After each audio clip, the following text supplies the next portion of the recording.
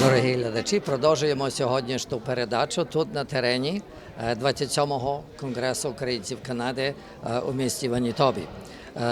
Це все почалося офіційним відкриттям, на якому проповідував до нас і відвідав нас прем'єр-міністр Канади Justin Trudeau. I want to thank the Ukrainian Canadian Congress for having me here at your Triennial. It has never been more important that we come together as leaders, as Canadians, and as Ukrainian Canadians.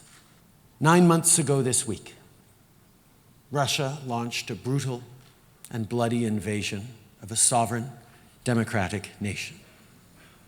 They violated the post-World War II order and stability that has, for decades, upheld our peace and allowed so many people to prosper. They have murdered innocent civilians. All of you here know this better than anyone. When horrible images flash on the TV screen or in your social media feed, you're seeing places you know all too well. Maybe you lived there once. Maybe your cousin does. Maybe your great-grandparents left these places 100 years ago to come to Canada. Today, all Canadians are learning the names of these towns and cities for all the worst reasons. Bucha, Izium, Irpin. I saw the devastation of Irpin with my own eyes when I visited in May, and I will never forget it.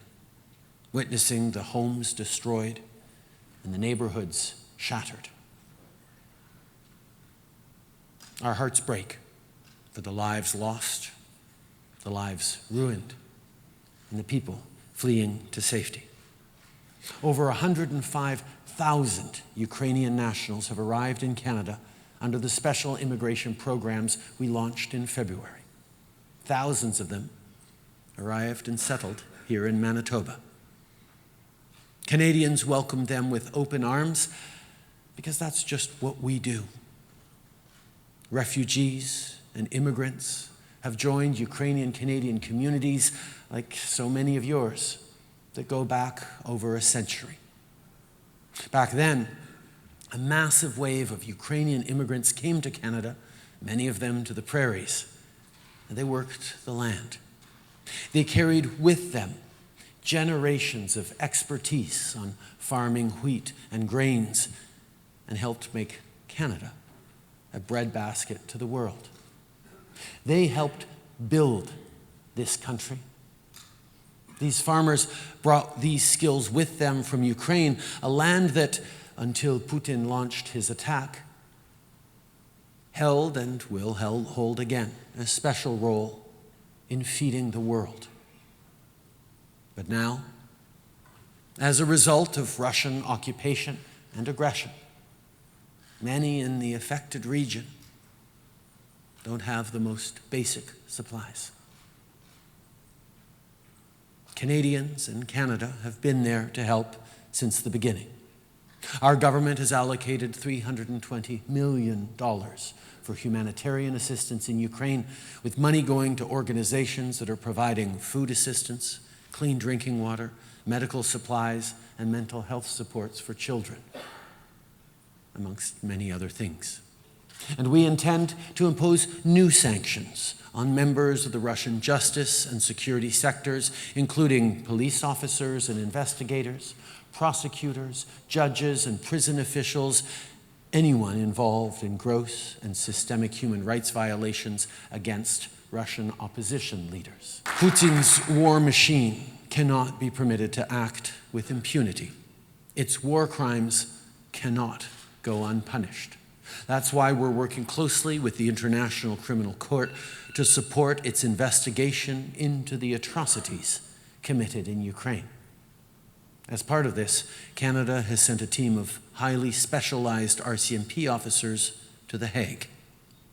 Canada will continue to do all it can to hold Putin and his enablers responsible for their illegal and unjustifiable invasion. For 246 days, Ukrainians have endured shellings, occupations, and unbearable human costs.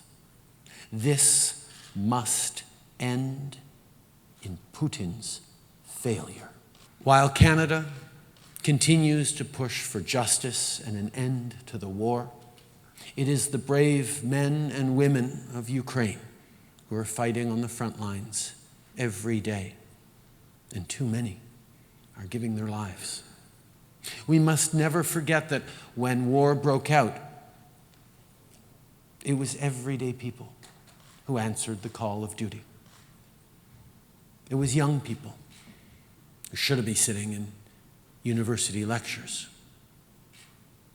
It was fathers who sent their children to safety in other countries. Grandmothers who, instead of picking up their kids from daycare, have had to pick up guns.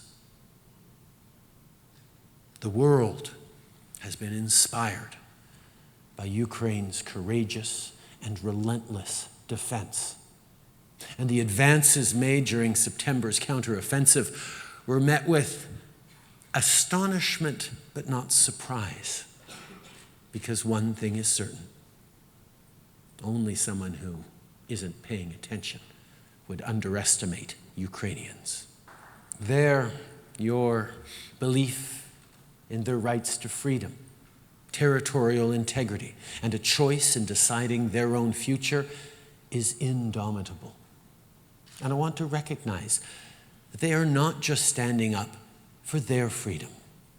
No, they're standing up for all of ours, standing up for all democracies in the fight against authoritarianism. In March, when I welcomed President Zelensky to address Parliament, I told him he was a champion of democracy. He has rallied Ukrainians. He has shrugged off threats to his own life and inspired us all with his strength and courage. He is extraordinary. He is heroic. He is relentless. One runs out of adjectives, simpler perhaps to sum it up. He is Ukrainian. All Ukrainians fighting this fight are champions.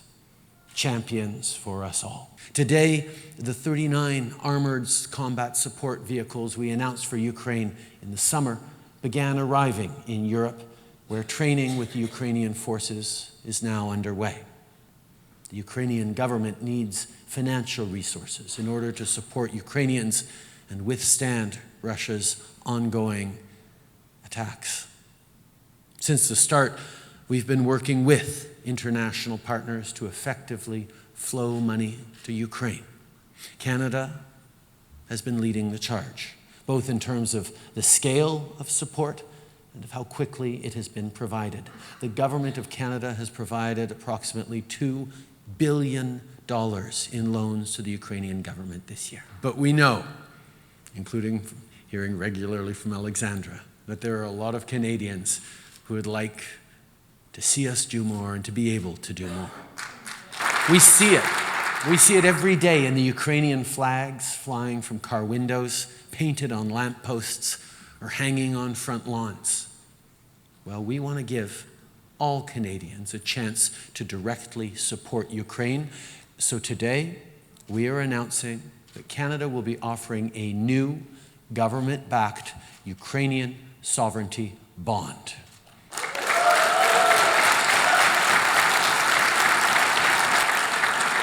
Canadians will now be able to go to major banks to purchase their sovereignty bonds, which will mature after 5 years with interest.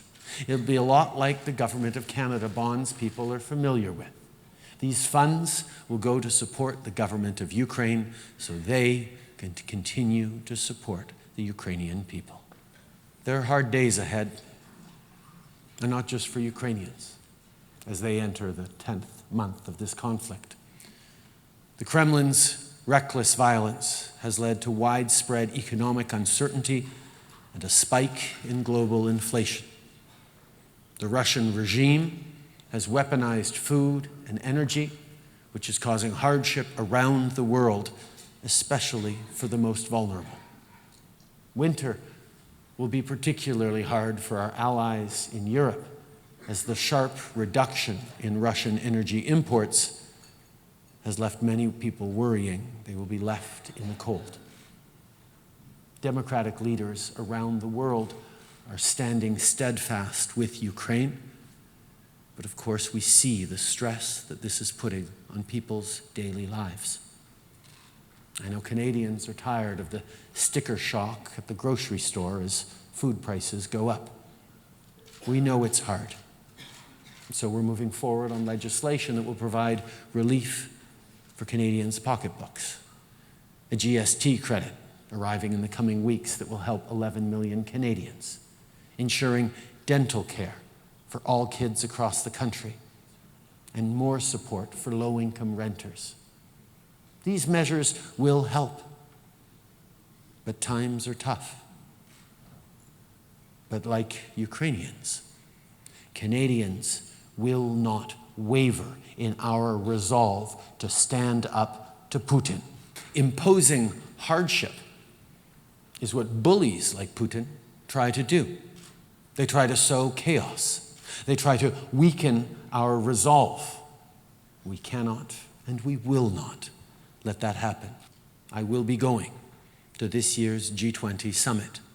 One of my main objectives, alongside our closest friends, will be to rally our allies and ensure that the world holds Russia to account. The many, many conversations I've had with leaders from Africa, from Asia, from South America over the past many months to highlight the need for the world to stand united have been difficult, because we know Russia continues to use all means at its disposal to threaten and pressure the world into silence as they continue their unconscionable attacks on a sovereign, independent people.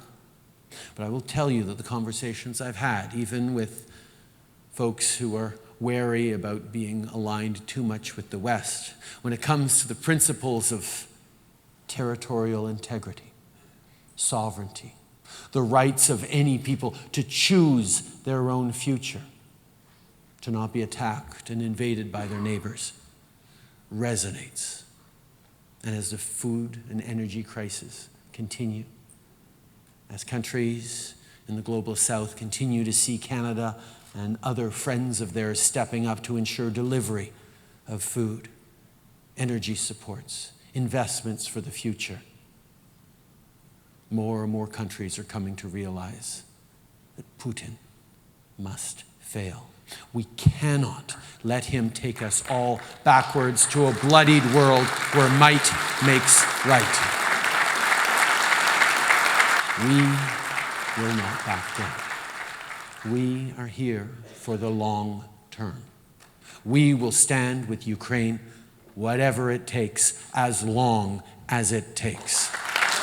Canada has the second largest Ukrainian diaspora community in the world, with almost 1.4 million people who proudly claim Ukrainian heritage in our country. But we share more than just deep and abiding people-to-people ties. We stand together in the fundamental belief in freedom, in democracy, in justice, and of course, in the inevitable, but sometimes difficult, triumph of light over darkness. Slava Ukraini! Героям слава!